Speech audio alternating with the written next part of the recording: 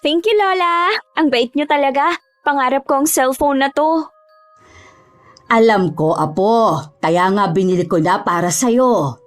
Mabuti pa kayo, ang daling kausap, hindi katulad ni Papa. Ikaw na ang bahalang magpasensya sa papa mo. Kilala mo naman yon. Nag-iisa lang niya akong anak pero bakit ganun siya? Ang hirap niyang hinga ng mga gusto ko. Kaya nga nandito si Lola para ibigay ang mga gusto mo. Ang swerte ko po talaga sa inyo kahit wala na si Mama nandyan naman kayo.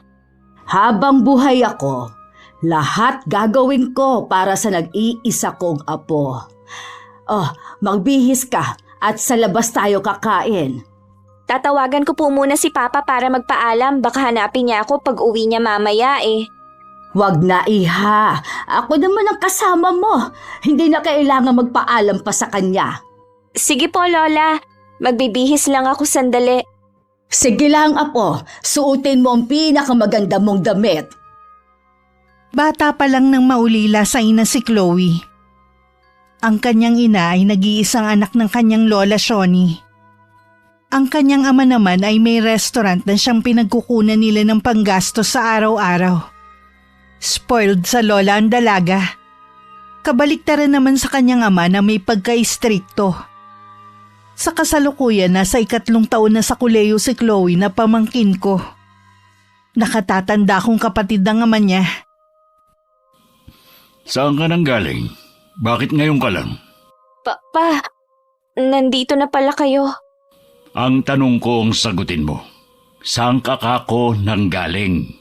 Niyaya ko ang apo ko na kumain kami sa labas. Hindi mo kailangan magalit. Kayo pala, Ma.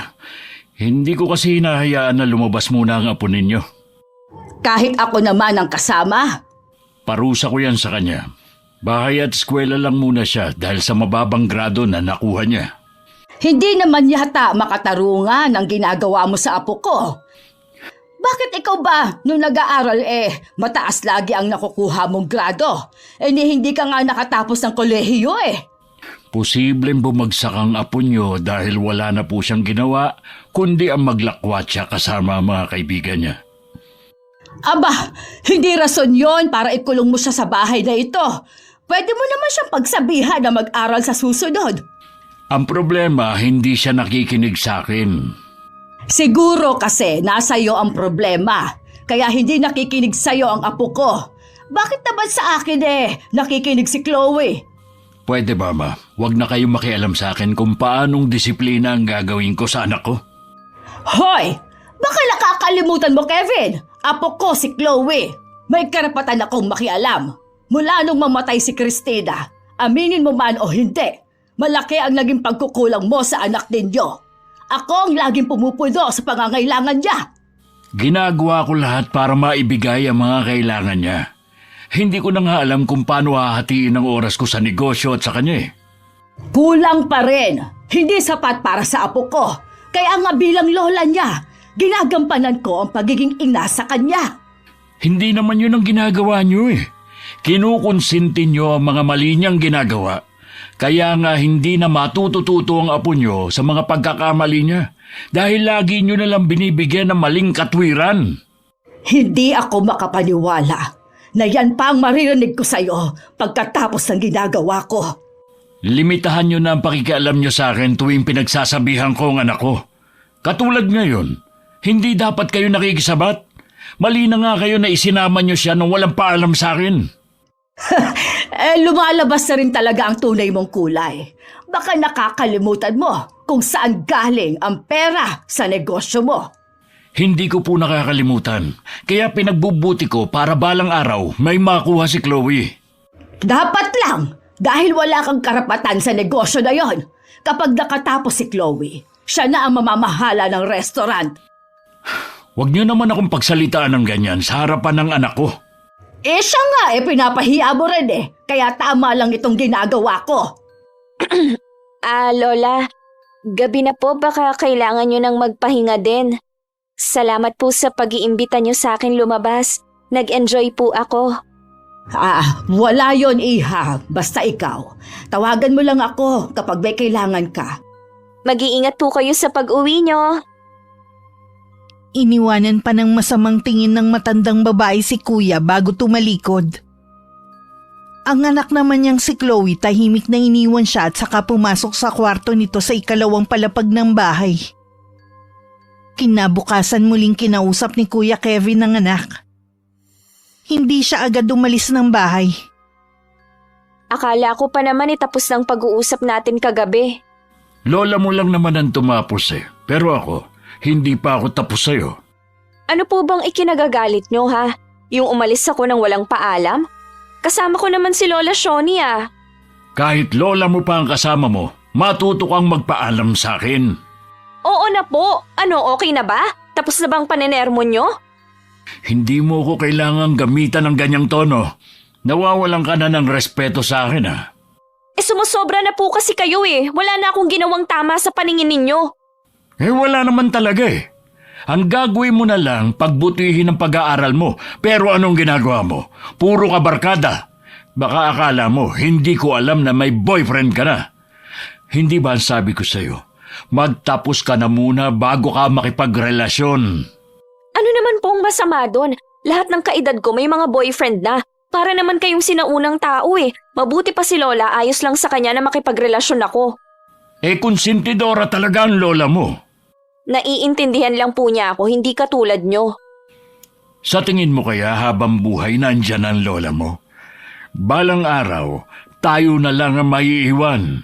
Mas alam ko rin na makakabuti sa'yo kaya sana naman sumunod ka sa akin.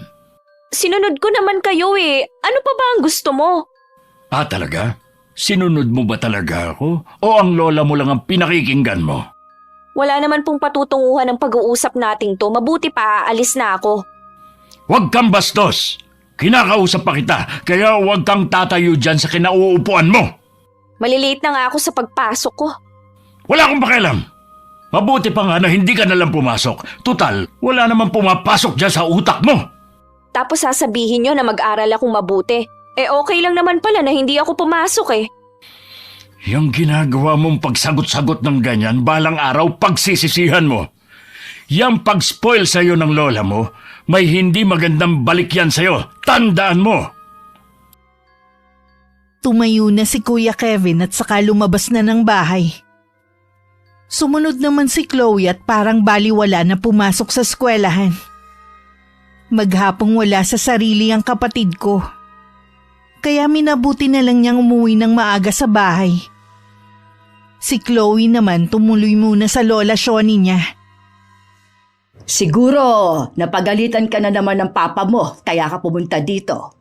Wala na po talagang pagbabago si Papa. Araw-araw na lang niya akong pinapagalitan. Akala niyo perfect ang buhay niya. Ano na naman ang ikinagagalit ng ama mo? Yun pa rin po, yung pag-alis kahapon, yung tungkol sa pag-aaral ko at nalaman na po niya na may boyfriend ako. Pati ba naman yun ikagagalit ng ama mo? Ano bang gusto niya? Tumandang dalaga ka na lang? Dapat daw po kasi tapusin ko muna ang pag-aaral ko bago pumasok sa isang relasyon. Ay, wag mo na lang pansinin ang sinasabi ng ama mo. Baka tumanda ka pa sa konsumisyon sa kanya. Baliktad na nga po eh. Kay Papa ako nasistress maigi. Dapat siguro mag-asawa na lang siya para mabaling sa ibang atensyon niya. Hindi yun gagawin ng ama mo.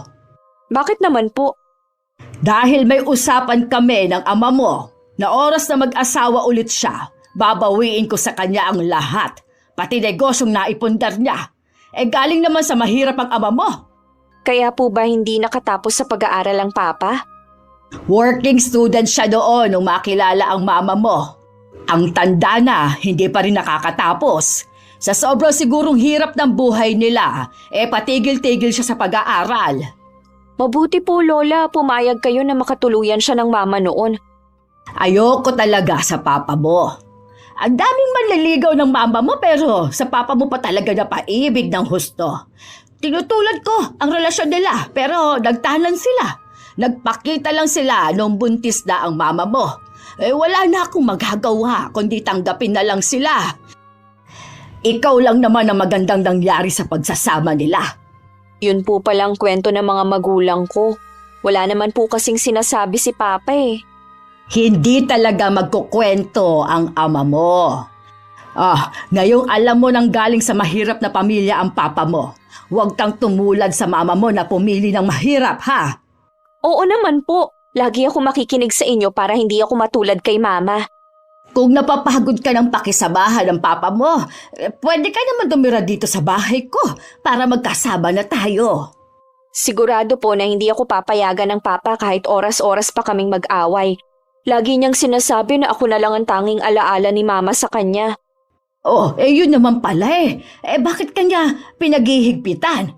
Hindi niya hayaan na maging masaya ka. Yun nga pong ikinasasama ng loob ko sa kanya. Mabuti na lang lagi kayong nandyan. Alam ko na malungkot ka, Apo. Etong pera. Bilhin mo ang gusto mo. O kaya naman ilibre mo ang mga kaibigan mo. Wow, Lola! Thank you po! Ang laki naman po nito. Mas malaki pa sa allowance na ibinibigay ni Papa sa akin. Pati ba naman sa pera tinitipid ka ng ama mo? Ibang klase rin ang taong yun. Hindi naman sa kanya ang perang ginagastos nyo. Gusto ko na pong makagraduate para makaalis na ako sa puder niya. Gusto ko nang magkanya-kanya na kami. Basta ang bahay na ito, bukas lagi para sa'yo. Kahit anong oras, pwede kang umuwi dito sa akin. Itinabi na muna ni Chloe ang perang ibinigay ng lola niya. Iisipin pa niya kung saan niya yun gagamitin. Sinunod na lang din niya ang payo ng kanyang lola na wag nang pansinin ng ama. Dumating ang araw ng Biyernes. Walang pasok kinabukasan kaya nagyaya siya sa mga kaibigan na gumimik. Pero uminom ang gusto ng mga yon. Kinakabahan man pumayag na rin siya. Mag-uumaga na nang makauwi siya at nakaabang na ang kanyang ama. Uwi pa ba to ng matinong babae, ha? Tapos amoy alak ka pa! Wala naman pong pasok bukas tsaka minsan lang naman to. Nangangatwiran ka pa talaga, ha? Hindi ka na nga nag-aaral ng mabuti pag inom pa talaga ang inaatupag mo. Sa alak lang ba napupunta ang perang binibigay ko sa'yo, ha? Kulang nga pong ibinibigay niyo sa akin. Binigyan ako ni Lola ng pera. Sabi niya ilibre ko mga kaibigan ko. Lola mo na naman! Wala ka nang ginawa kundi sumandal sa lola mo.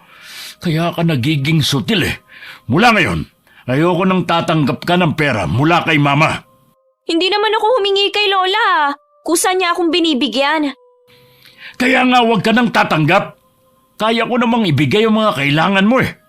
Kaya pala ultimo bagong cellphone si Lola pa ang bumili.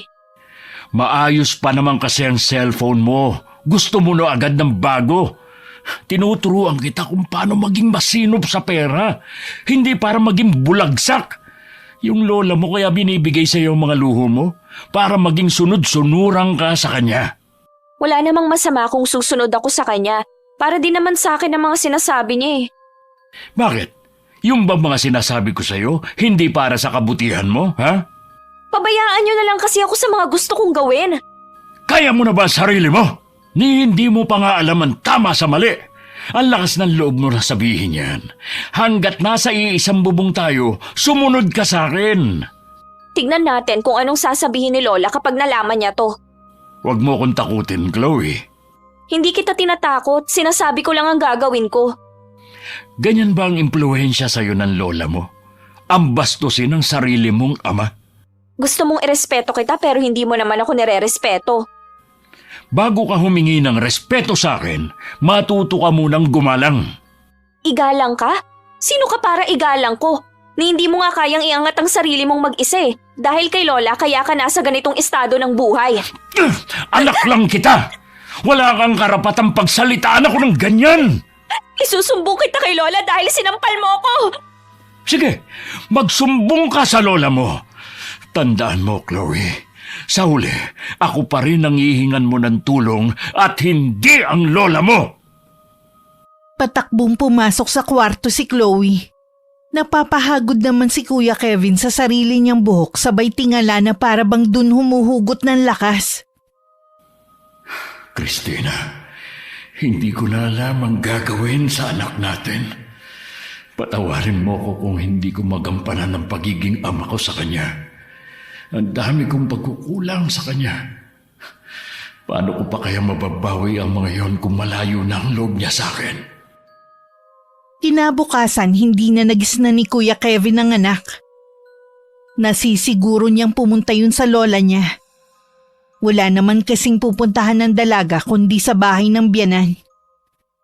Nang mga oras na yun umiiyak si Chloe habang nagsusumbong sa ginawa ng ama sa kanya. Anong karapatan ng ama mo para saktan ka? Ha? Ang mama mo nga ni minsan hindi ko pinagbuhatan ng kamay. Tapos siya, sasampalin ka dahil sa napakababaw na dahilan lang. Ayoko na pong umuwi sa bahay, Lola. Baka hindi lang sampalang abutin ko kay Papa niyan eh. Huwag kang mag-alala. Kakausapin ko ang papa mo. Hindi ko na mapapalampas itong ginawa niya sa'yo.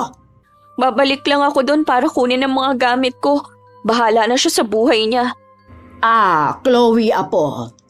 Alam mo naman na gusto ko na dito ka na tumira sa bahay.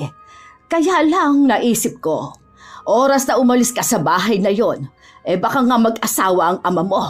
Hindi maaaring mapunta sa iba ang bahay ninyo. Dapat sa iyo lang yon. Kailangan mo pa rin doong tumira para may mga mata ako sa ginagawa ng papa mo. Wala naman pong pagpipilian si Papa kundi iwan ang bahay na yon dahil ako lang ang anak niya. Hindi natin kasi alam ang naglalaro sa utak ng ama mo. Paano kung biglaan akong mawala? Sino pa ang magtatanggol sa'yo? Sige na nga po, Lola. Pagtitiisan ko na lang ang Papa. Kakausapin ko rin siya para hindi na ulitin ang ginawa niya. Sige po, Lola. Alam ko na, bibigyan na lang kita ng pera. Yayain mo ang mga kaibigan mo sa mall. Mag-shopping kayo at kumain sa labas. Salamat po, Lola. Tatawagan ko na mga kaibigan ko ngayon. Basta wag lang kayo magpapagabi. Opo, Lola. Kakausapin niyo na po ba ang Papa? Oo, iha. Magtutuos kami ng ama mo ngayon. Sa restaurant ko na lang siya pupuntahan. Gusto ko siyang ipahiya sa harapan ng mga empleyado niya para malaman nila kung anong klase siyang tao. Para malaman rin nila kung saan lang nanggaling ang ama mo. Kung hindi dahil sa akin at sa mama mo, ay baka empleyado lang siya ngayon. Sa gagawin niyo po, baka matauhan na si Papa. Masyado na po kasing mataas ang tingin niya sa sarili. Oh, siya. Tawagan mo na ang mga kaibigan mo at mag-aayos lang ako. Dahil araw yun ng Sabado, marami ang kumakain sa restaurant na pag-aari ni Kuya Kevin. Habang abala sa pagmamando sa mga tauhan, biglang dumating ang biyanan niya. Kalmado naman na hinarap niya ang matandang babae. Siguro nagsumbong na sa inyo si Chloe. Oo, umiiyak na nagsumbong sa akin ang apo ko. Ibinabalik ko lang sa iyo ang ginawa mo. Subukan mo ulit na saktan ng apo ko. Higit pa riyan ang gagawin ko. Nasaktan ko siya dahil sa pagsagot-sagot niya sa akin. Siguro kasi, sinita mo na naman siya. Oras na ng gabi umuwi ang apo niyo at amoy alak pa. Hindi man lang siya nagpapaalam. Paano po kung may mangyari sa kanya? Ipinapakita mo lang na wala kang tiwala sa anak mo. May tiwala ako sa anak ko pero hindi sa mga nakakasama niya. Alam niyo naman ang panahon ngayon. Tumigil ka na! Oras na magsumbong ulit si Chloe sa akin. Babawiin ko sa iyo itong restaurant na to. Wala kang utang na loob. Kung hindi dahil sa anak ko, hindi mo mararating ang buhay na meron ka. Huwag niyo sanang kakalimutan. Pinagtrabahuhan ko kung nasaan man ako ngayon. Palugin na ang restaurant na to nung hawakan ko. Pwede sana itong tuluyan ng ipasara ng asawa ko doon. Pero dahil naaawa sa'yo, kaya ibinigay na lang sa'yo. Wala kang utang na loob. Tama na ang pag-uusap natin. Nakakahiya po sa mga tauhan at sa mga kumakain. Nahihiya ka ngayon. Hayaan mong malaman nila kung saan ka nang galing. Makinig kayong lahat. Hindi pag-aari ng lalaking ito ang restaurant na to. Sa pamilya ko ang negosyo na ito. Kaya lang naman umaastang mayaman ang taong to dahil sa namatay kong anak. Kung hindi dahil sa amin, malamang tindero lang siya ng kung ano-ano sa kalye. Hindi niyo ako kailangang ipahiya. Gusto niyo po bang malugi ang restaurant? Ano po ang mapupunta kay Chloe kung sakali? Ako ang bahala sa apo ko. Mas magiging maganda ang kinabukasan niya kung ako ang mag-aalaga sa kanya. Lalong tumitigas ang ulo niya dahil sa pangungunsintin niyo. Mas lalo po siyang nawawala sa tamang direksyon. Huwag kang makialam sa diskarte ko. Ang mabuti pa, bumalik ka na sa trabaho mo. Pagbutihin mong ginagawa mo dahil baka isang araw, bawiin ko na to sa'yo. Hanggang makaalis ang biyanan na natiling nakatungulang si Kuya Kevin. Maririnig naman ang mga bulungan sa paligid. Halos sa kanya ang simpatsya ng lahat. Tinapik pa siya sa balikat ng kusinero nila. Naginantihan naman niya na matipid ng ngiti. Kilala naman kasi siya kung gaano kabuti makisama. Pagkatapos ng pangyayaring yun, naisipan muna ni Kuya Kevin na umuwi sa amin. Pagkakita ko pa lang, alam ko na agad na may mabigat siyang problema. Ang sarap naman ng inihanda mo ah. Espesyal talaga. Alam ko kasing yan ang namimiss mong pagkain eh. Sinabi mo pa. Hindi rin kasi ako makapagluto ng ganitong ulam dahil hindi rin naman kumakain si Chloe. Kumusta na pala ang pamangkin ko? Ayos lang naman. Busy sa pag-aaral niya. Sana naman makapagbakasyon siya rito sa atin. Para makilala naman niya ang mga kamag-anak natin. Baka sa susunod sumama siya. Kuya, alam kong hindi ka basta-basta uuwi dito nang wala ka mabigat na problema. Alam mo namang handa ako laging makinig sa'yo.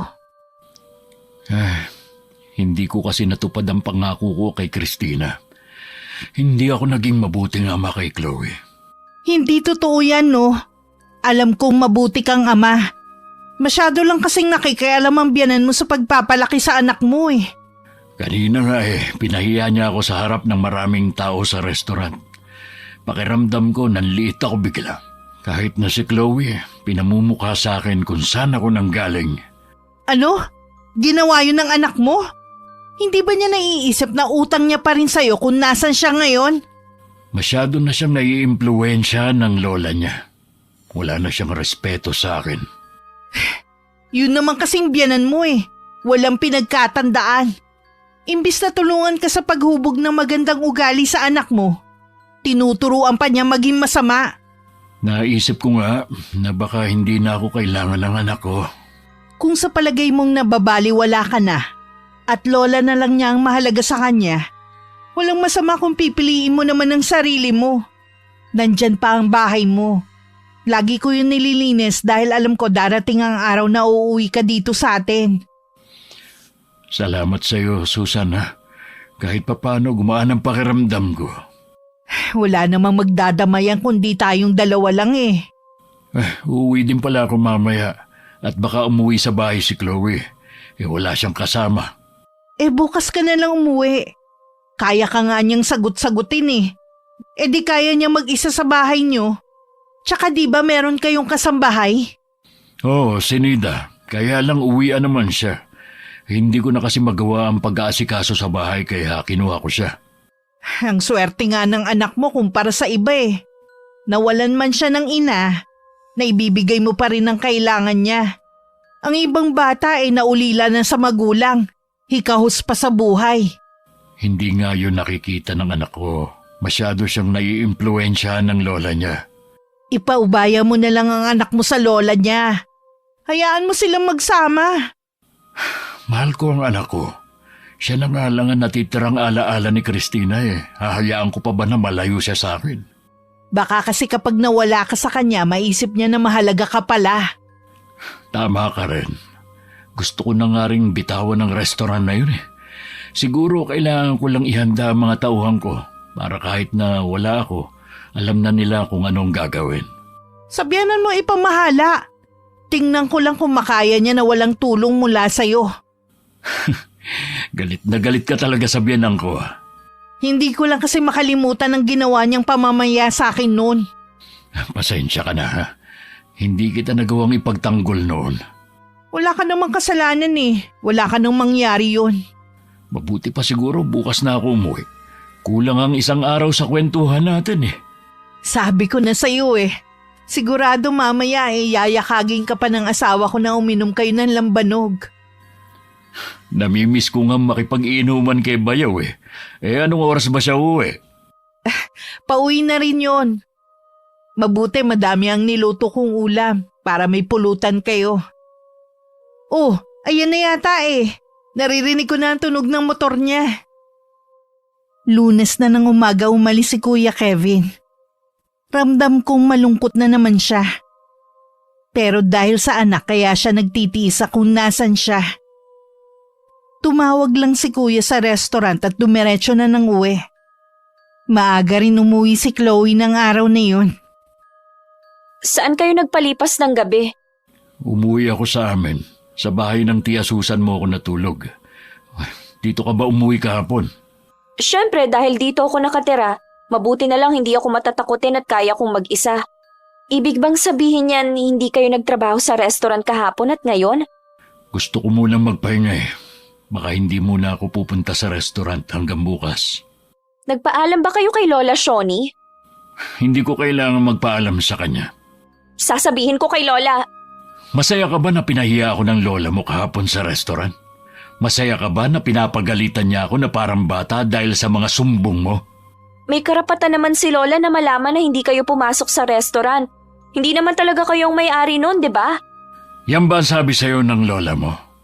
Para sabihin ko sa'yo, palubog na ang restaurant na yon nang ibigay ng lolo't lola mo noon. Sariling pagod at pawis ang puhunan ko para maiahon yon. Ni piso, wala silang binigay sa akin. Ako ang umutang sa bangko para may magamit. Kaya walang karapatan ng lola mo. Ipapaalam ko pa rin kay Lola. Ay sige, magsumbong ka. Ipaalam mo. Nagagalit na naman kayo sa akin eh. Di sumbong mo rin sa lola mo. Puro ka na lang lola. Wala na ba talaga akong halaga sa'yo bilang ama mo? Si Lola lang naman kasi ang nakakaintindi sa akin eh. Tutal naman puro lola mo lang ang mahalaga sa'yo at pinakikinggan mo. Mabuti pa, sumama ka na sa kanya. Doon ka na tumira sa bahay niya. Ano? Para masolo niyo ang bahay na to ha? Para magawa niyo ang gusto niyo? Hindi pwede. Dito lang ako. Akin ang bahay na to. Sa'yo naman talaga mapupunta ang bahay na to balang araw. Wala akong balak na suluhin tong bahay na to. Lahat na lang kasi ng sinasabi ng lola mo, pinaniniwalaan mo. Totoo naman ang lahat ng sinasabi ni Lola eh. Kaya nga magsama na kayong dalawa. Pwede naman. Kukumbinsihin ko si Lola na dito na lang tumira sa bahay. Talaga bang sinusubukan mo ko, ha? Inaalisan mo na ako ng karapatan sa bahay na ito? Hindi ko kayo inaalisan ng karapatan. Pero alam nyo na ako ang mas may higit na may karapatan sa bahay na to. Hindi ko alam kung saan ako nagkulang sa'yo o sadya lang talagang malaki lang ang impluensya sa'yo ng lola mo. Ito ang pakatanda mo. Hanggat nandito ako sa bahay na ito, ako pa rin ang masusunod. Tingnan natin kapag nalaman ito ng Lola. Wala akong pakialam! Parang sasabog sa galit si Kuya Kevin ng mga oras na yun. Nang tumalikod ang anak, hindi na niya napigilan hagurin ng dibdib. Pabagsak naman na isinara ni Chloe ang pinto ng kwarto at saka tinawagan ng kanyang lola. Nang mga sumunod na araw, lagi pa rin sila nag-aaway na mag-ama dahil sa pag-uwi ng 10 oras ng gabi ng dalaga. At ang labis na nagpagalit kay kuya nang datnan niya ang anak at mga barkada nito sa bahay na nagpa-party. Agad na umakyat ang dugo niya sa ulo at pinalaya sa mga kaibigan ng anak. Wala kayong karapatan na paalisin ng mga bisita ko. Ang bastos nyo talaga. Ano na lang ang iisipin nila sa inyo? Sa tingin mo, hindi bastos sa mga kaibigan mo? Dito pa talaga sa sarili nating bahay umiinom? Sa tingin mo, kung dun kayo sa bahay nila umiinom, matutuwa kaya ang mga magulang nila? Isusumbong kita kay Lola.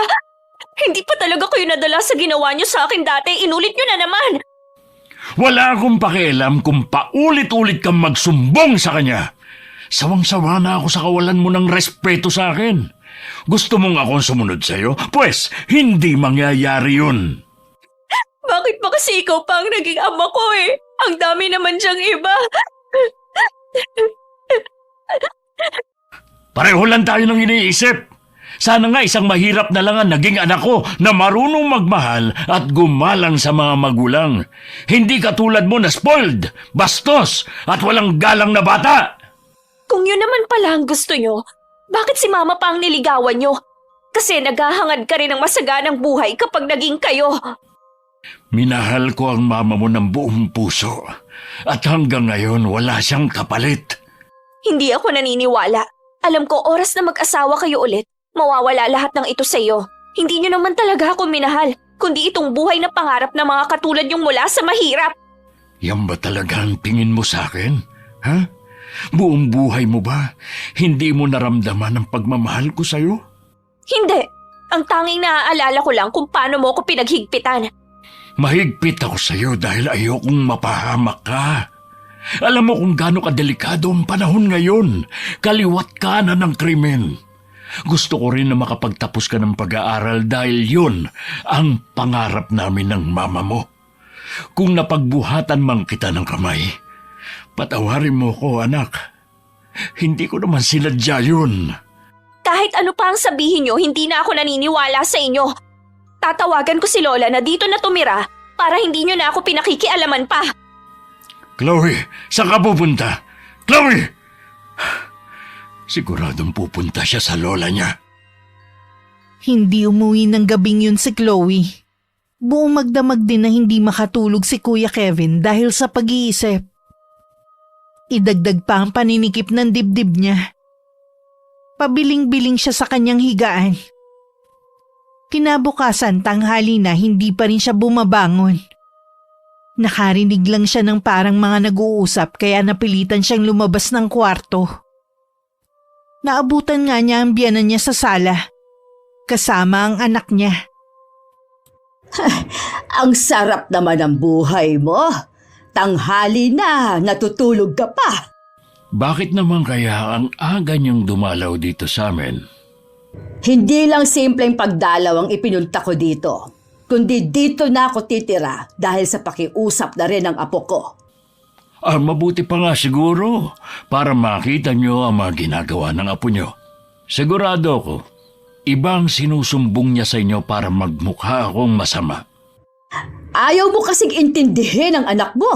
O siguro ikaw, nung kaedad niya, hindi naranasan na magkaroon ng mga kaibigan, kaya hindi alam kung paano gumimik. Wala naman pong problema sa akin kung gusto nilang gumimik na magkakaibigan, pero sana marunong siyang magpaalam. At higit sa lahat, hindi yung umiinom hanggang dito sa bahay. Mas mabuti nga na dito sila sa bahay umiinom ng mga kaibigan niya, hindi kung saan-saan. Kaya natutong sumagot sa akin ng anak ko dahil wala na kayong ginawa kundi ayunan ng mga mali niyang ginagawa. Ang kailangan mo lang intindihin, ang anak mo, para hindi kanya sagutin ng pabalang, tapos magagalit ka. Iba ang mga kabataan ngayon kumpara noong araw. Ganyan na lang po ba magiging papel niyo, ha? Konsintihin ang mga maling ginagawa ng apo niyo? Oras na maligaw siya ng landas, walang dapat sisihin dito kundi kayo. Oy, bakit ako? Ginagawa ko lang naman kung anong makakapagpasaya sa apo ko. Hindi katulad mo. Wala nang ginawa kundi kontrahin ang kaligayahan ni Chloe. Ngayon nandito na ako. Ako nang bahala sa apo ko. Intindihin mo na lang ang restaurant. Huwag mo nga hayaan na malugi dahil para yun kay Chloe. Uulitin ko lang, ma. Lugi na yon ng hawakan ko. Dugo at pawis ko naging puhunan ko para maisalba ang restaurant nyo. Matapos sabihin yun, tumalikod na si Kuya Kevin at bumalik na ulit sa kwarto.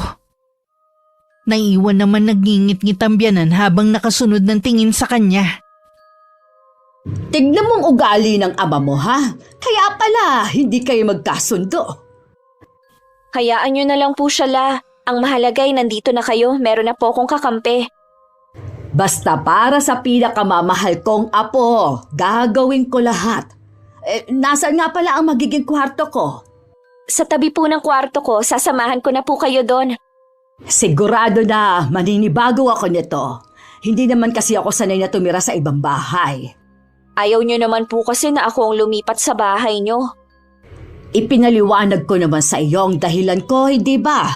Mahirap nang maiwang mag-isa dito ang ama mo. Baka mamaya mag-asawa yung bigla kailangan mong masiguro na sa'yo talaga ito mapupunta. Matagal pa naman po bago mapunta ito sa akin. Mabuti na rin na binabantayan mo ang para sa'yo. Opo, Lola. Kung pwede ko nga lang sanang paalisin na yung ama mo ginawa ko na. Ikaw lang kasi ang inaalala ko. At saka kailangan pa natin siya.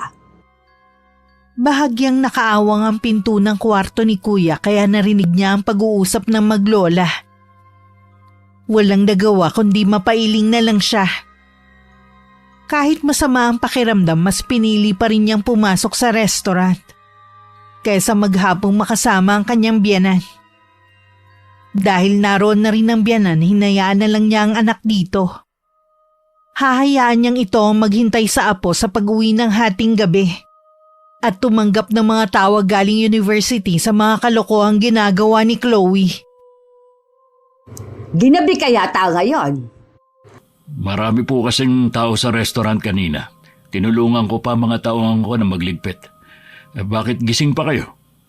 Wala pa kasi si Chloe. Ilang gabi na nga akong puyat. Nung hindi pa kayo nakatira dito, matyaga ko siyang hinihintay.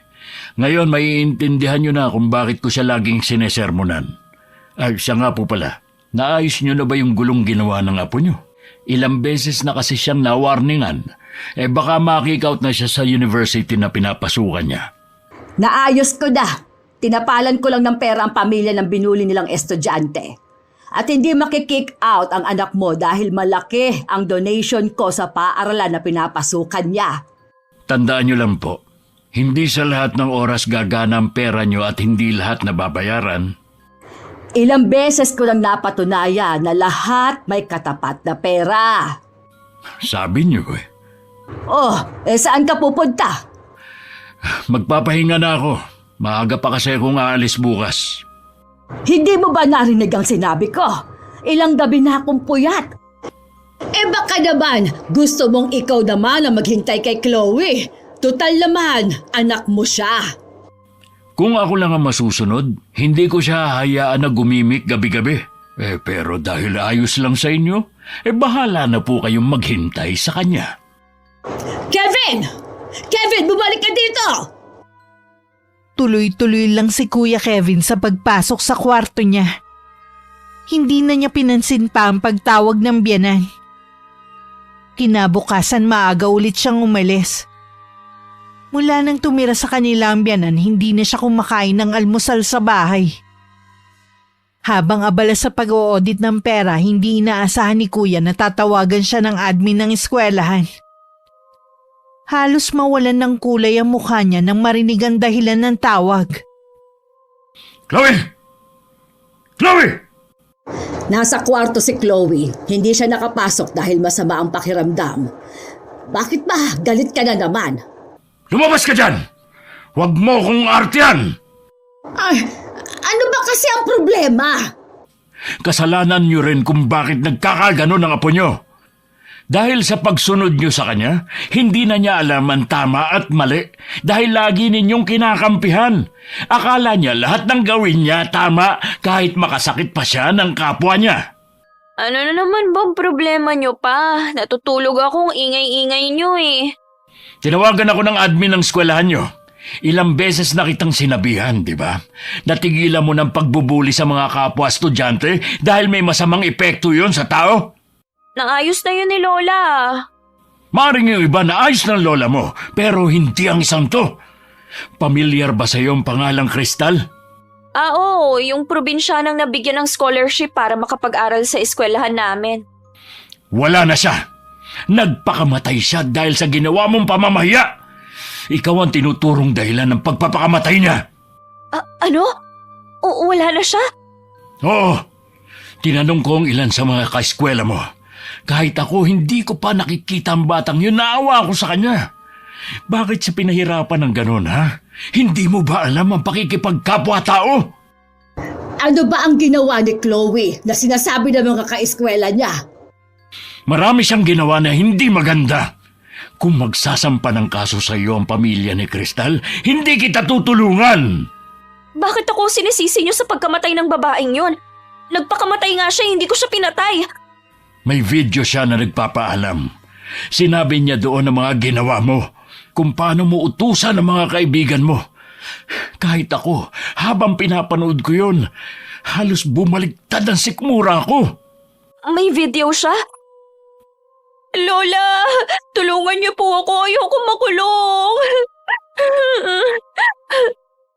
Huwag mong takutin ang apo ko, Kevin. Hindi siya makukulong. Ma, may namatay na estudyante dahil kay Chloe. Huwag niyo na sana siyang konsentihin sa pagkakataong ito. Anong gusto mong gawin ko? Pabayaan ang apo ko? Huwag mo kong itulad sa'yo na walang pakialam sa anak. May pakialam ako sa kanya, kaya lagi ko siyang pinangangaralan. Pero lagi niyo kasing pinagtatanggol kaya ang lakas ng loob na suwayin ako. Kahit na ano pang sabihin mo, gagawa ako ng paraan para maabswelto ang apo ko. Kung noong ka pa sana nakinig sa akin, hindi sana aabot sa ganito. Huwag na nga lang kayong makialam pa. Gagawa na nga ng paraan si Lola eh. Tama si Chloe! Hayaan mo na lang kaming lumutas sa problema niya. Napapailing na lang si Kuya Kevin habang pinagmamasdan ng anak na nakayakap sa lola. Nag-aalala rin naman siya sa pwedeng mangyari sa anak. Hindi lang niya masikmura na magagawa yun ni Chloe. Ang hindi makataong pangbubuli sa kaeskwelang nagpakamatay. Hindi na muna nakikibalita si Kuya sa maglola sa nangyari. Papasok siya noon ng bahay nang marinig niyang nag-uusap ang biyanan at anak sa sala. Na para bang ordinaryo lang ang kanilang pinag-uusapan. Mabuti na lang nasa panig natin ang eskwelahan na pinapasukan mo. Siguro naman makakatulog ka na ng mahimbing. Thank you, Lola ha. Mabuti pa kayo gumagawa ng paraan, hindi katulad ng Papa. Wala ka talagang aasahan sa kanya. Mas gusto pa ata niyang makulong ka eh. Kaya lang po, Lola, nakakatakot yung lolo at lola ni Crystal nang makaharap ko. Huwag kang matakot sa kanila. Mga taga-probinsya lang naman sila na walang pinag-aralan. Kasalanan din naman nila kung bakit namatay ang apo nila. Kung hindi nila pinaluwas at nanahimik na lang doon sa lugar nila, hindi mangyayari yun sa apo nila. Nagmamalaki pa sila na hindi tinanggap ang perang ibinibigay nyo. Kung ayaw nila, wag! Sa iyo ko na lang ibibigay. Ipang-shopping mo na lang. Sige po, Lola. Ilang linggo rin ako nalutang dahil sa nangyari. Mabuti na lang tapos na ang problema ko. Sa susunod, mag-iingat ka na ha, para wala nang ganitong mangyari sa'yo. Malay ko po ba na magpapakamatay ang Crystal na yun, ang hina naman niya? Para yun lang magpapakamatay na siya. Hindi biro ang mambuli. Pa, nandyan na pala kayo. Narinig ko lahat ng pinag-usapan yun ng lola mo. Nakakadismayang marinig na para bang pangkaraniwan lang ang pinag-uusapan nyo. Buhay ang nawala at hindi basta bagay lang. Nangako naman ako kay Lola na hindi ko nagagawin yun para hindi na maulit ang ganito. Hindi man lang kita nakitaan ng pagsisisi sa ginawa mo. Alam mo ba, kung gaano kasakit sa dalawang matanda na mawala ng apo? Kahit hindi ko sila kilala, nasasaktan ako para sa kanila. Bakit sa kanila kayo naaawa? Dapat nga nasa akin ang simpatsya nyo dahil ako ang anak ninyo. Tama ang anak mo. Kailan ka ba magbabago ha, Kevin? Kayo ang kailan magbabago? Ilang taon na lang ang ilalagi nyo sa mundong ito. Hindi nyo pa magawang maging mabuti. Sa dami ng pwede nyong ipamana sa anak ko, yan pa talagang masamang ugali nyo. Baka nakakalimutan mo kung sino ang kaharap mo. Hindi ko po makakalimutan habang nabubuhay ako na kayo ang ina ng babaeng pinakamamahal ko at lola ng nag-iisa kong anak. Pero suko na ako sa pamilya nyo. Mula noon, tinitiis ko lang ang panglalait nyo sa pagkatao ko alang-alang kay Chloe. Ito na siguro ang tamang panahon. Ano ang ibig mong sabihin? Ayoko na. Suko na ako. Kayo na ang bahala kay Chloe. Total, nawala ng respeto niya sa akin bilang ama. Sobrang sakit sa akin tuwing sinasagot niya ako. Sana lang, Chloe, balang araw maisip mo mga mali mong ginagawa. Pero hindi pa naman huli ang lahat para magbago. Aalis kayo? Oo. Uwi na ako sa amin. kung saan ako nararapat dahil mahirap lang naman ako eh. Sa inyo na yung restaurant, ang bahay na to, ang lahat. Kunin nyo na. Pa, hindi naman namin kayo pinapaalis eh. Yung ginawa mo, Chloe, ang nagpamulat sa mga mata ko. Ilang beses na akong sinampal ng katotohanan. Hindi na ako kabilang sa pamilya ng mama mo. Para ano pa ang pamamalagi ko rito? Pero pa, Hayaan mo na siya, Chloe. Kung yan ang pasya ng papa mo, matanda na siya para gawin ang gusto niya. Nang gabing yun, inayos na ni Kuya Kevin ang mga damit niya. Mabigat sa loob niya na umalis sa bahay na yun. Alam niyang hindi na rin naman siya matatahimik. Inilibot niya ang paningin sa kabuuan ng silid. Yun na ang huling beses na masisilayan niya ang kwarto. At huling beses na rin na matutulog siya doon. Kinabukasan, madilim pa, umalis na siya ng bahay. Hindi naman ako nagulat sa pagdating niya. Dahil nung nakaraang linggo pa kami nagkausap. Grabe, ang payat mo, kuya. Parang ilang linggo ka nang hindi natutulog. Ganun na nga. Sa dami ng iniisip ko, madalas akong kulang sa tulog. Bumawi ka ngayon na nandito ka na. Wala kang gagawin kundi matulog at kumain. Balak mo naman yata akong gawing patabaing baboy ah. Gusto ko lang bumalik sa dati ang sigla ng katawan mo. Ay, sa wakas, nandito na ako sa totoong bahay ko. Oo, kuya. Nakauwi ka na nga. Natigil ang pag-uusap namin na matuon ang pansin namin sa paparating na karo ng patay. At ilang makikipaglibing ng mga tao. Kilala mo ba kung sino yung patay? Dalaga yan na 20 anyos pa lang. Apo nung mag-asawang matanda na nakatira sa bundok. Diyan sa may kapilya muna ibuburo lang labi ng apo. Kesa nga naman iuwi pa sa taas ng bundok. Anong kinamatay ng apo nila? Nagpakamatay dahil sa matinding depresyon. Ang hihina talaga ng mga kabataan ngayon. Kaunting problema lang bumibigay na. Hindi man lang nila iniisip ang mga mauulila nila. Hindi naman kasi biro ang pinagdaanan ng apo nila eh. Ay, wag na nga muna natin pag-usapan na nangyari sa dalagang yun. Sa ibang araw na lang. O sige, baka makadagdag lang sa bigat ng dinadala ko eh. Ano nga pala ang sabi ng anak mo sa pag-alis mo? Noon pa naman gusto na niyang mawala ako sa buhay niya. Sigurado na masaya na siya. Kapag naging magulang na rin si Chloe, tsaka kanya maiintindihan. Walang dapat sisihin kundi ang biyanan ko. Kaya ganun ang ugali ni Chloe. Akala yata ng biyanan mo pera lang nila ang hinahabol mo. Ngayon niya maiisip na sa loob ng ilang taon naging tapat ka sa kanila. Nalulungkot din ako na iniwan ko ang restaurant na ilang taong ko ding inalagaan at ang mga tauhan ko na tinuring ko na ring pamilya. Sigurado nalulungkot din sila. Pero kailangan mo rin alagaan ang sarili mong kalusugan. Uunahin ko naman ngayon ang sarili ko. Ilang linggo nang nakakabalik si Kuya Kevin sa amin ni minsan din. Hindi man lang tumawag si Chloe. Sadya yatang kinalimutan na niya ang ama. Sa kabila nun, bumalik na rin sa dati ang sigla ng kapatid ko. Siguro dahil sa sariwang hangin at sa mga kinakain. Hindi na rin niya idinadaing ang paninikip ng dibdib. Samantala, problemado naman ang biyanan ni Kuya sa restaurant. ayos lang po ba kayo, Lola? Oo, iha. Medyo masakit lang ang ulo ko. Dahil po ba sa restaurant? Marami na kasi yung umaalis na mga tauhan. Mula nang bitiwan nyo ng ama mo. Ang mga bago namang pasok, ang hirap namang turuan. Napapagod na rin ako sa pagpaparuot pa rito. Sana makagraduate ka na para matulungan mo na ako. Ella, may sasabihin po ako sa inyo. Ano ang sasabihin mo? Ang dami ko pong bagsak na subject. Ha? Akala ko ba nag-aaral ka ng mabuti? Hindi po ako makapag-focus eh. Natatakot po kasi ako. Saan ka naman natatakot? Kahit saan po ako tumingin, lagi ko pong nakikita si Kristal. Idagdag niyo pa po ang mga naririnig sa mga kaeskwela ko. Hindi pa rin po mawala-wala ang ginawa ko. Kahit nga po yung mga kaibigan ko, pinapaiwas na sila ng mga magulang nila sa akin. Huwag mo na lang silang pansinin. Pag-aaral mo na lang ang intindihin mo. Parang ayaw ko na pong pumasok, La. Hindi pwede ang gusto mo.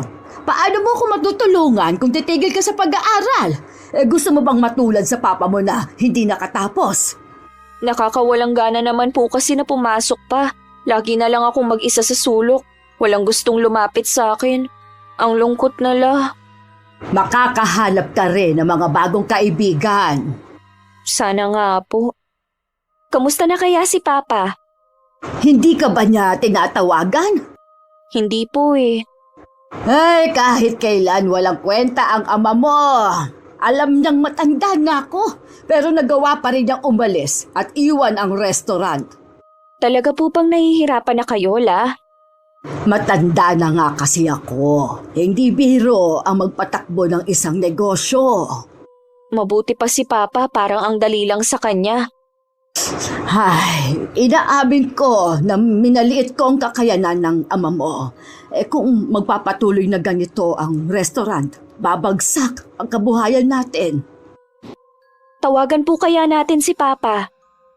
Sa dami ng masasakit na salita na binitiwan ko at pamamahiya sa kanya, sa tingin ko hindi na siya babalik kahit pakiusapan pa natin. Ano po ang gagawin natin, Lola? Mag-iisip na lang ako ng iba pang paraan. Sa kabila ng problemang kinakaharap ng maglola, nagagawa pa rin ni Chloe na gumimik. Na hindi na rin naman nagugustuhan ng kanyang lola. Hanggang sa hindi na tumakatiis at kinausap na niya ang apo niya. Wala ka bang pasok ngayon? Tanghali na, hindi ka pa bumabangon. Meron po, pero hindi ako papasok. Bakit naman? Sigurado naman po na hindi ako papase. Ayoko na nga mag-aral. Paano kasi? Puro gimmick. Ayaw mo mag-aral lang mabuti. Wala naman po kasing pumapasok sa utak ko eh. Kasi nga, lagi kang puyat. Akala ko ba iniiwasan ka na ng mga kaibigan mo? Sino ang mga kasama mong gumigimik sa gabi? Mga bago ko pong kaibigan. Sigurado ka bang matitino ang mga yan at hindi ka ipapahamak? Oo naman, La. Nakikiusap ako sa iyo, Apo. Tigilan mo na ang paglabas ng gabi. Pati ako napupuyat sa paghihintay sa iyo eh. Huwag niyo na po kasi akong hintayin, uuwi naman po ako eh. Nag-aalala ako sa iyo, kaya hinihintay kita. Makinig ka naman sana sa akin, Apo. Nakikinig naman po ako sa inyo. Pero sabi niyo, naiintindihan niyo na kasama ng mga gimmick sa aming kabataan. Oo nga, pero wag naman yung gabi-gabi na lang eh. Napapabayaan mo na rin ang pag-aaral mo. Sige na po, Lola, hindi na ako lalabas mamayang gabi. Mabuti naman kung ganon. Para din naman sa kabutihan mo ang sinasabi ko. Pwede po ba, Lola, lumabas muna kayo sa kwarto ko? Gusto ko pa pong matulog eh. Talaga bang hindi ka napapasok? Hindi na nga po. Gagawa na lang ako ng paraan para makapasa ka.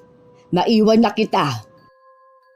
Naiiling na lang ang matandang babae habang palabas ng silid ng apo.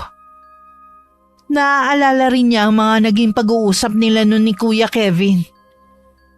Mukhang bumabalik sa kanya ang mga ginawa niya. Ganito ba talaga kahirap magpalaki ng mga kabataan ngayon?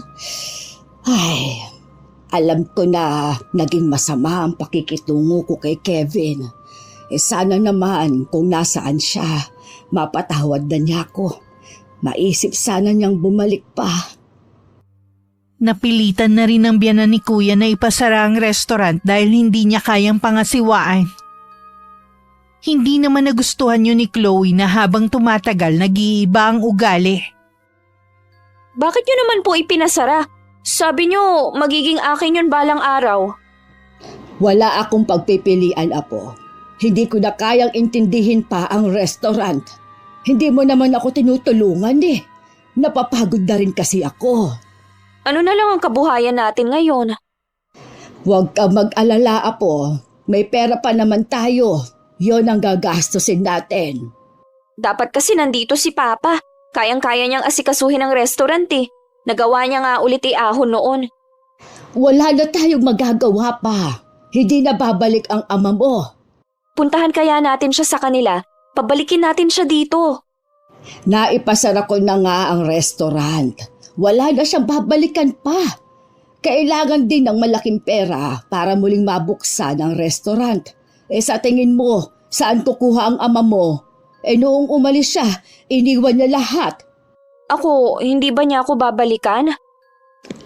Noong gabing kausap natin siya, nakita ko sa kanya ang matinding hinanakit.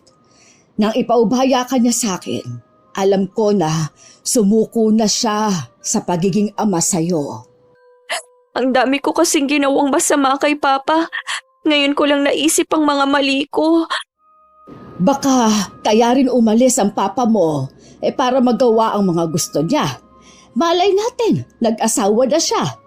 Bata at matikas pa naman ang ama mo, marami pa rin ang magkakagusto sa kanya. Tanggapin mo na tayo na lang ang magkasama ngayon. Ang sama po kasi ng mga ginawa natin sa kanya. Hindi ko rin siguro magagawang humarap sa kanya pagkatapos ng lahat. Sana naman, Chloe, baguhin mo na yung ginagawa mo. Huwag mo naman akong pahirapan. Baka yan pa ang dahilan ng maaga kong kamatayan. Opo, Lola. Hindi na po ako magiging pasaway sa inyo. Salamat, Apo. Alam ko naman na mabait kang bata. Naiimpluwensyahan ka lang ng mga kaibigan mo. Inakala ng biyanan ni Kuya na tuluyan na magpapakabait ang apo. Pero nagulat na lang siya nang ipatawag na naman siya ng admin ng pinapasukan ni Chloe. Gusto raw siyang makausap ng president ng eskwelahan. Pagdating doon, nalaman niya na meron na namang binuli ang dalaga. Sa pagkakataong yun, hindi niya kayang tapalan ng pera ang kaskwela ng apo at ang mismong eskwelahan. Dahil mas maimpluwensya ang naagrabyado nito. Alam mo ba na anak ng congressman ang binuli mo? Ano pang nangyayari sa iyo, ha, Chloe? Akala ko pa naman nagbago ka na. Nakita niyo naman kasi ang ayos niya. Sino mag-aakala na anak pala siya ng isang politiko? Alam mong hindi basta-basta ang mga pumapasok sa university na pinapasukan mo. Sana naisip mo yan. Bakit nakapasok si Crystal na galing sa mahirap? Dahil sa scholarship. Tsaka, huwag mo na nga mabanggit ang pangalan na yan. Naungkat na naman tuloy ang issue dahil sa ginawa mo ngayon. Alam ko naman po na maaayos yung gulong na gawa ko. Ay, patawarin mo ako, Apo. Pero lahat na ginawa ko kanina. Kulang na nga lang lumuhod ako. Pader ang binangga mo. Ibig po bang sabihin hindi na ako makakapasok? Expelled ka na sa university na pinapasukan mo. Diba, yan naman ang gusto mo. Ang hindi na pumasok pa. Hindi po, Lola. Gusto ko pa pong pumasok. Gumawa po kayo ng paraan. Sa ibang eskwelahan ka na lang siguro magpa-enroll sa susunod. Baka umayos ka pa. Sa ngayon, magpahinga ka na muna. Walang niyang babaeng yun. Kung sa umpisa pa lang kasi ipinakilala na niya ang sarili niya, hindi aabot sa ganito. Sino ba naman mag-aakala na anak pala siya ng congressman? Sobrang simple lang niya at wala nga siyang sariling sundo eh. Bumabiyahe lang siya mag-isa. Hinusgahan mo naman agad siya nang hindi pa nakikilala. Nakuha mo ang ganyang ugali sa akin. Gaya ng ginawa ko nun sa iyong ama. Hinusgahan ko rin siya. Naging bulag ako sa mga magaganda niyang nagawa. Nangyari na po yan, hindi na natin maibabalik pa. Ayaw niyo naman ibaba ang pride para pabalikin ang papa dito. Hayaan na natin ang pananahimik niya. Ano na lang po ang gagawin ko? Bakit hindi ka muna magtrabaho habang naghihintay ng susunod na pasukan? Wala naman po akong alam na pwedeng pasukan. Hindi pa nga ako tapos mag-aral eh. Ano na lang ang mapapasukan ko kung sakali? Magtatanong-tanong ako sa mga kakilala ko. Mas nakakainip kasi kung nandito ka lang sa bahay. Sige po, Lola. Kayo na ang bahala. Nang mga sumunod na araw, nalaman ng biyanan ni Kuya ang dahilan kung bakit biglang nag-iba ang ugali ng apo. Kung bakit nawalan ng gana mag-aral. At may binuli na naman na kay-eskwela. Dapat nga mas matindi pa ang ginawa ko sa babaeng yon. Hindi pa sapat ang ginawa ko sa kanya. Bata ka pa naman. Makakahanap ka pa ng higit sa lalaki na yon. Kalimutan mo na lang sila. Kinakalimutan ko na nga po, kaso binanggit nyo pa. Pasensya ka na, iha. Lumabas tayo at mag-shopping. Hindi ba yun ang gusto mong gawin? Ayoko po, Lola. Masama po kasi ang pakiramdam ko. Nilalagnat ka ba? Mabigat po ang katawan ko eh. Oh, may sinat ka nga. Sandali ikukuha kita ng gamot. Huwag na po, La. Uminom na ako. May gamot ako dito sa drawer. Gusto mo bang samahan na muna kita dito? Sige po, Lola. Pakiramdam ko kasi meron laging nakatingin sa akin. Yang imahinasyon mo talaga. Ilang gabi ko na rin pong napapanaginipan si Kristal. Bakit kaya? Hindi ko po alam. Sa panaginip ko gusto niyang samahan ko siya kung nasaan siya. Siguro, sa dami ng mga nangyari sa'yo, kaya bigla mo na lang siyang naaalala. Mabuti pa, magsimba tayo sa linggo. Baka po binabagabag na ako ng konsensya ko dahil sa mga ginawa ko kay Kristal. Siya ang nagdesisyon na tapusin ang buhay niya. Wala kang kasalanan. Yan ang itanim mo sa isip mo. Ako naman po talagang dahilan kung bakit siya nagpakamatay. Pinipigilan na ako noon ng mga kaibigan ko na tigilan ko na si Kristal pero hindi ako nakinig. Lalo lang bibigat ang pakiramdam mo kung lagi mo pang babalikan ang nakaraan. Bigla pong pumasok sa isip ko, paano po kung maghiganti ang lolo at lola niya? Kung gusto nilang maghigante, sana noon pa. At saka, ano naman ang kakayanan nila para gawin yun? Naaalala ko po yung matatalim nilang titig noong araw na yun. Para bang binabasa nila ang pagkatao ko. Masyado rin silang ma-pride. Ayaw nilang tanggapin ang perang ibinibigay ko. Mga hindi nga po nag-iisip, malaking tulong na nga yun sa kanila eh. Matulog ka na. Namumungay na yung mga mata mo Sige po, Lola. Hindi agad lumabas ng kwarto na yun ang matandang babae. Hinintay niya munang mahimbing ang apo bago tumayo. Akma na sana siyang lalabas ng matigilan. Napatingin siya sa bukas na bintana. Naroon ang maliit at makulay na ibon na para bang nakikipagtitigan yun sa kanya. Nang lalapitan na niya, bigla yun lumipad palayo. Ano kaya klaseng ibon yun? Buong buhay ko, ngayon lang ako nakakita ng ganung ibon. Ay, maisara na nga itong bintana at baka makalimutan pa mamaya. Lingid sa maglola ang ibon na yun ay ilang buwan nang nakasubaybay sa kanila. Alaga yun ni Tata Celso na lolo ni Kristal. Nagbabaka sakali kasi ang matandang lalaki na magbabago pa ang dalaga. Pero nagkamali silang mag-asawa. Ang natitirang awa sa kanya tuluyan na naglaho. Itutuloy na niya ang paghihigante. Uunahin niya ang 3 kaibigan ng dalaga. Buti, gising ka na, apo. Kumusta na ang pakiramdam mo? Medyo gumaan na po. Tara na, dun tayo sa kusina. Nagpaluto na ako kay Nida bago ko siya pinauwi. Siguradong gutom ka na. Hindi na kasi kita ginising kagabi dahil ang himbing pa rin ang tulog mo. Kausap ko po kanina mga kaibigan ko na kasama ko noon sa pambubuli kay Kristal.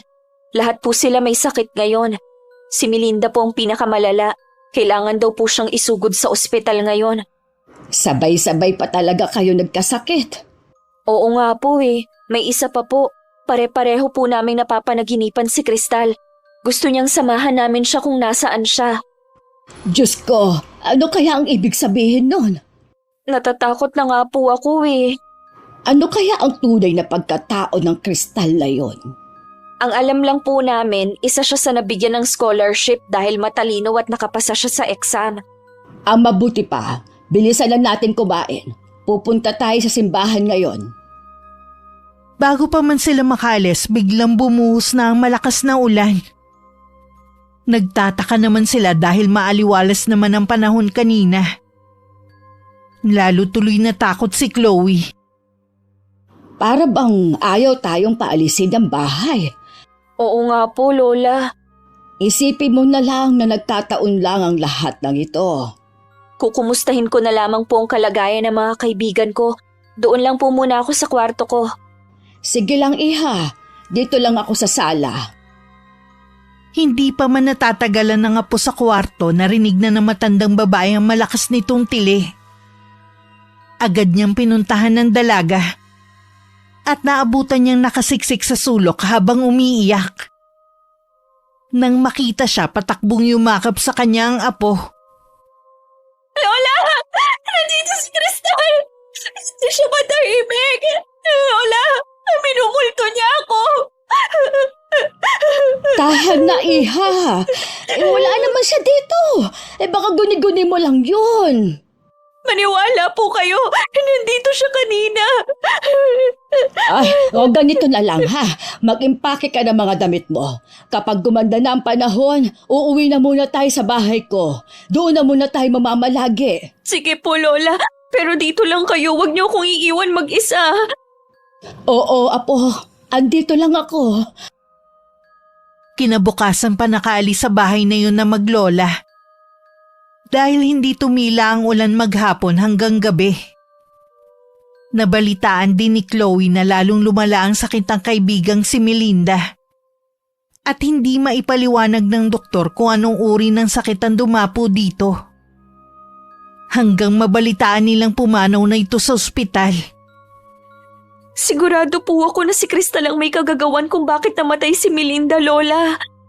Huwag mong babanggitin sa mga magulang ni Melinda ang tungkol sa bagay na yan.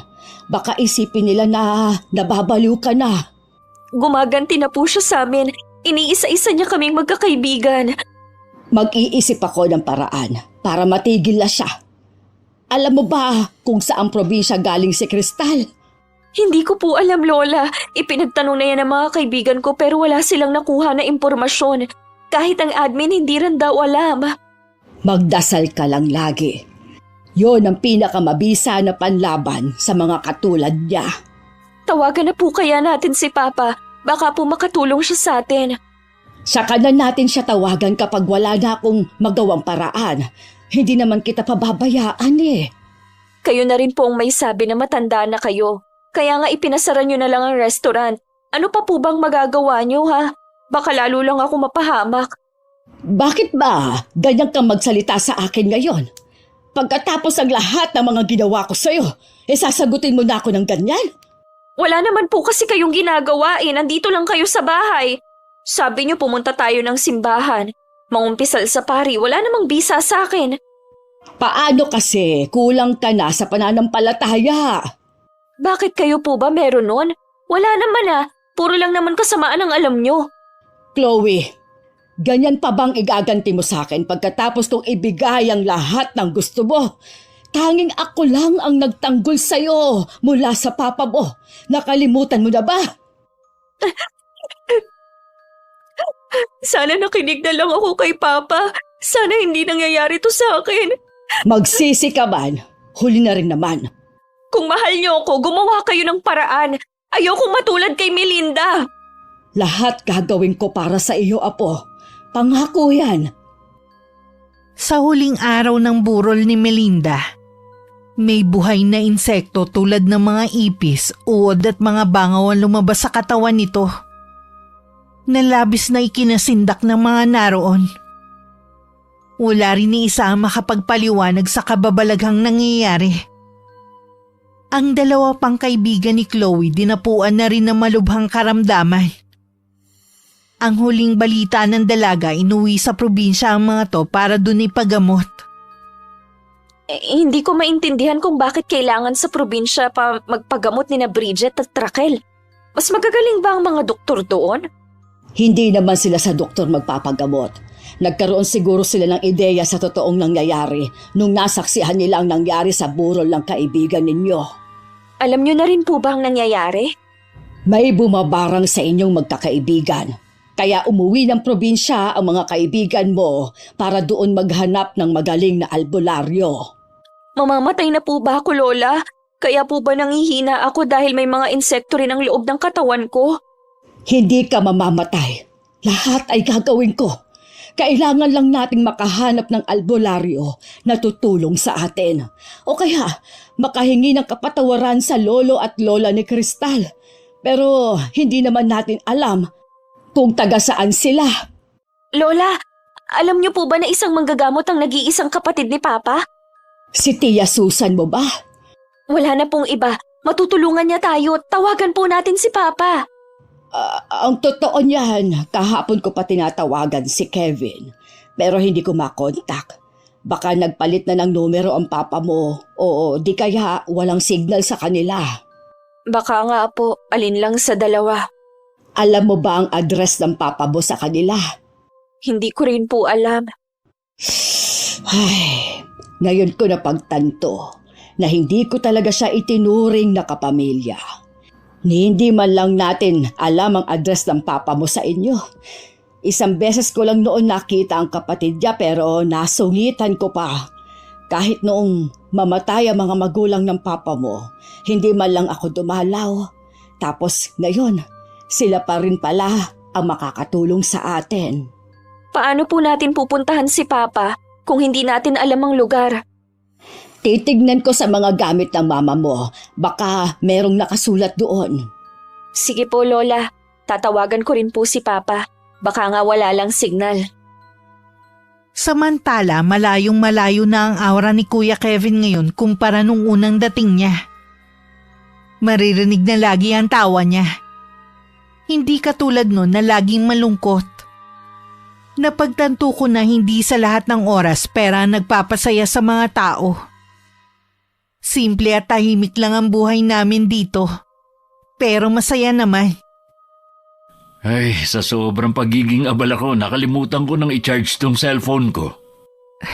Wala naman tumatawag sa'yo eh. Ay, malay mo naman biglang tumawag si Chloe. Malabo na yun, kuya. Kung gusto ka niyang tawagan eh, sana nun pa. Kahit kailan talaga walang pakialam sa'yo ang nag-iisa mong anak. Kahit wala na siyang pakialam sa akin, mahal ko pa rin siya. Umaasa ako na balang araw magkikita at magkakasama pa rin kami. Pwede naman yan kapag nawala na sa mundong to ang biyanan mo. Siya lang naman ang masamang impluensya kay Chloe eh. Sana naman nasa mabuti silang kalagayang maglola. Baka nga nagsasaya pa nga mga yon. Teka lang. Nandito na pala si Tata Celso. Sandali lang kuya ha. Kukunin ko lang ang mga mais na order ko. Gagawa kasi ko ng puto. Nakatanaw lang sa amin si Kuya Kevin sa may bintana habang kausap ko si Tata Celso. Dating mapagbiro ang matanda.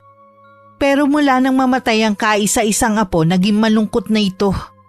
At bihira na rin sumama ang asawa nito sa pagbaba ng bundok. Nang maibigay ko ang bayad, umalis na rin siya. Siya ba yung naikwento mo dati na nagpakamatay ang apo? Oo, siya nga. Kawawa nga sila mag-asawa eh. Bihira na nga sila magbaba ng kalakal mula sa bundok.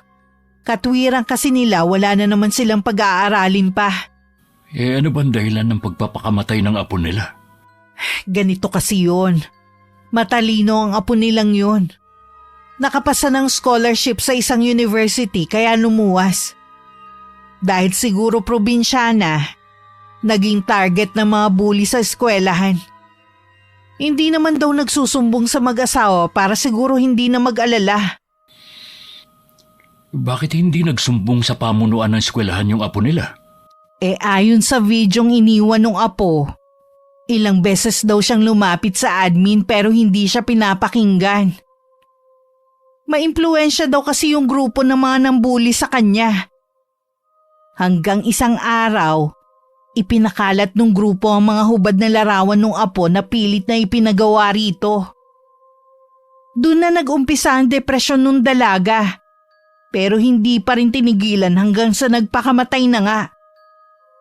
May laban naman sana sina Tata Celso laban sa grupo ng mga nambubuli sa apo nila pero mas kinampihan ng eskwelahan ng grupo dahil binayaran sila. Kahit nga daw sila binabayaran ng lola eh. Pero hindi nila tinanggap. Alam mo ba kung saang eskwelahan? Sa Santiago University yata. Parang dun eh. Crystal ba ang pangalan ng apo nila? Oo kuya. Paano mo nalaman? Sa iisang eskwelahan sila nag-aaral ni Chloe. Ang anak ko at ang mga kaibigan niya ang dahilan kung bakit siya nagpakamatay. Ano?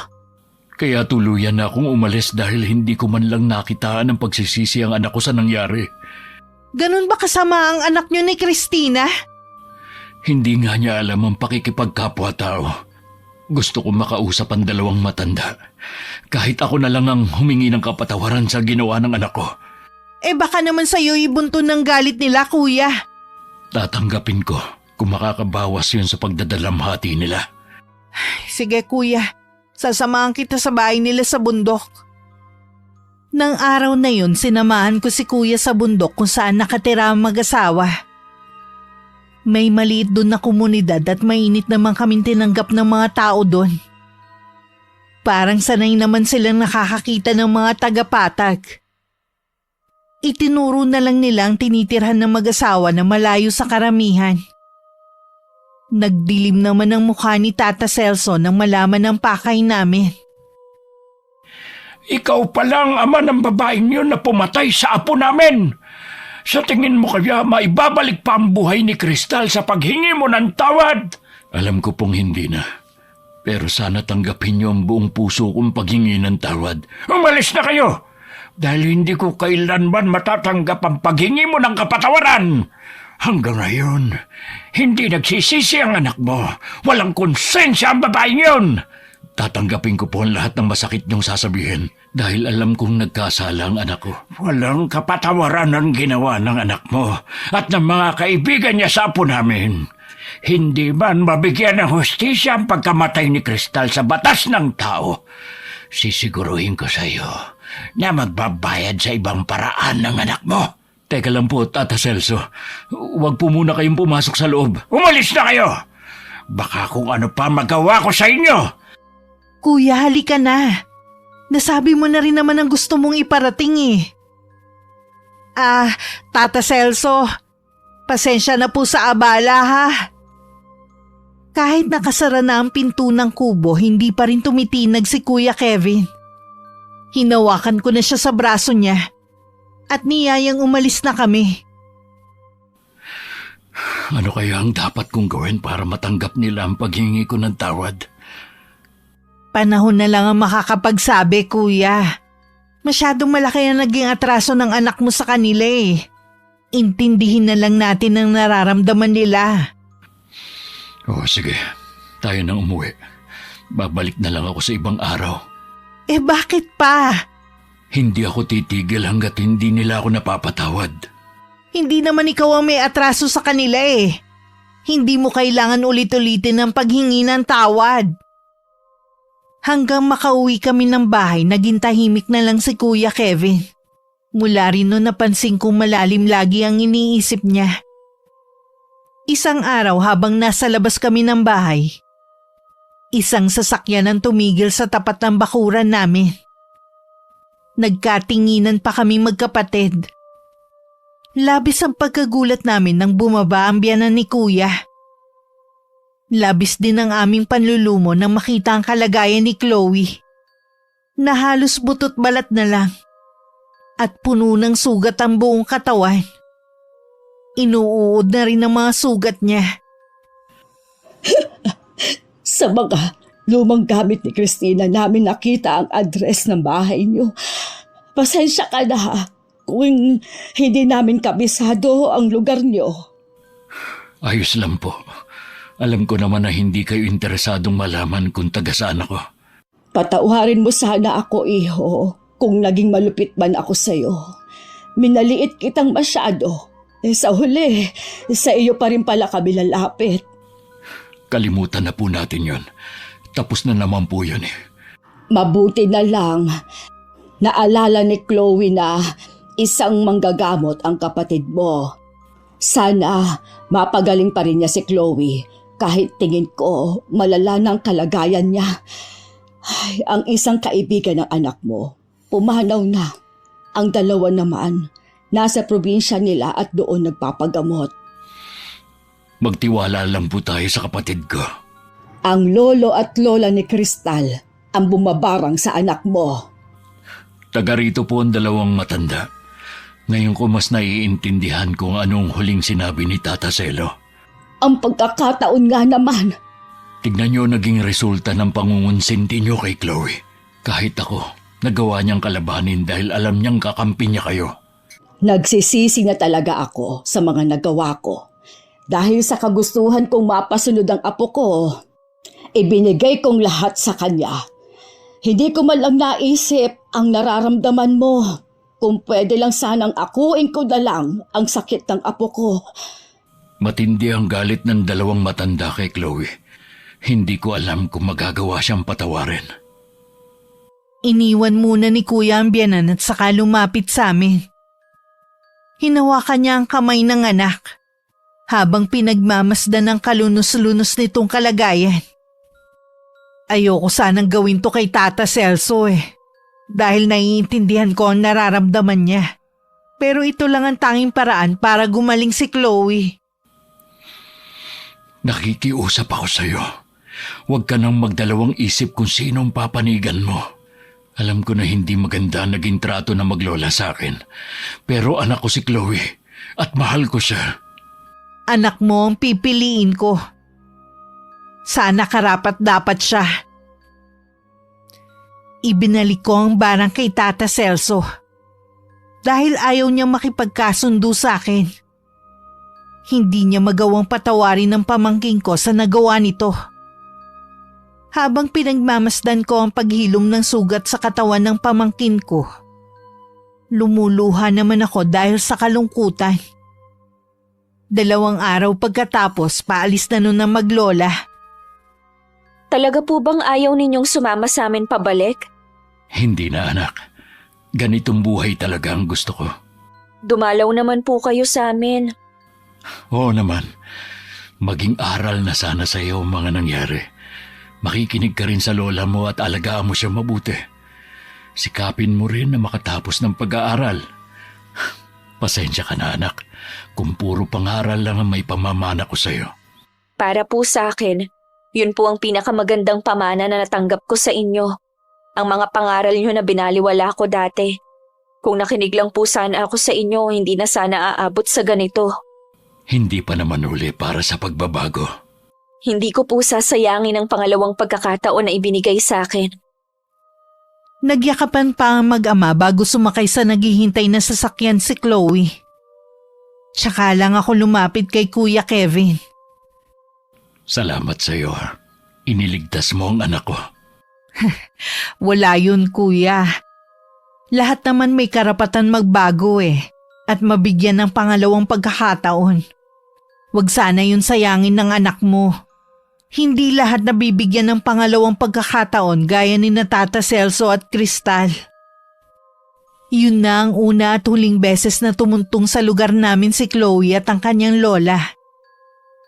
Si Kuya Kevin na lang ang dumadalaw sa kanila.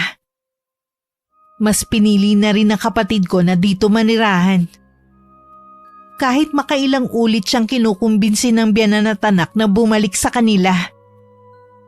Wakas. Okay, shoutout po tayo. Shoutout kay Tita Alice Sarmiento from Las Piñas. Salamat po tita sa patuloy niyong pakikinig. Hi kay Marie from Quezon City. Shoutout sa Carillo family and Berondo family at sa lahat ng guard sa EMS from Binyan, Laguna. Hello kina Zoe at Leleng na laging nakikinig. Maraming salamat. Hello kay Jeruka na laging nakikinig. Salamat po. Hi kay Kesalyn Mata from Kalibo, Aklan. Hello kay Natalia at Thea. Hi kay Zian at Zijan. Hello kay Neil Kian at Lance Edam from Laguna. Hello kay Sydney Crosswind. Salamat sa pakikinig. Hello kay Jeneline Jacobe from Rizal. Shoutout sa Iko and Annie Lomihaw sa Antipolo Hills, Antipolo City. Salamat sa pakikinig nyo. Hello kay Charlene Alcalde from Riyadh, Saudi Arabia. Hi kay Jane Pacheco from Baras, Rizal. Hello kay Marilu Basis from Sita. Shout out sa Garcia family from Barangay Hermosa, Bayambang, Pangasinan. Hello kay na Russell, Alicia, Rosie, and Claire from Binangonan, Rizal. Shout out sa Satarain family and Ausa family from San Narciso, Quezon. Hello kay Joanna Soniga from San Pedro, Laguna. Hi kay Elena Jacoba. Hello kay Jen Kabakungan from Malaysia. Shoutout sa Magpale family, Solana family, Antiga family sa Barangay Tinagbasan, Tubay, Agusan del Norte. From Mayron Magpale from CBR City, Mindanao, mga solid abangers, maraming salamat po. Hello kina Angela at Achel from Tarlac. Shoutout sa Esperon family from Bicol. Hi kay Gemma Jane Guagano from Guimaras. Shoutout sa Teranya family from Loo Cardona, Rizal, from June Teranya. Shoutout sa Castillo family. Hi kay Protasio Ramos. Shoutout sa mga taga Beltran Couture Shop, kina Jaja Cabana, Roslyn Vismanos, Amay, Odessa, and Hope. Hello po sa inyo. Belated happy birthday kay Agnes Reyes. Maraming salamat sa palaging pakikinig. Shoutout sa mga sewer and trimmer ng J&J Tailoring ng General Trias, Cavite. Hello po sa inyong lahat dyan at maraming salamat po.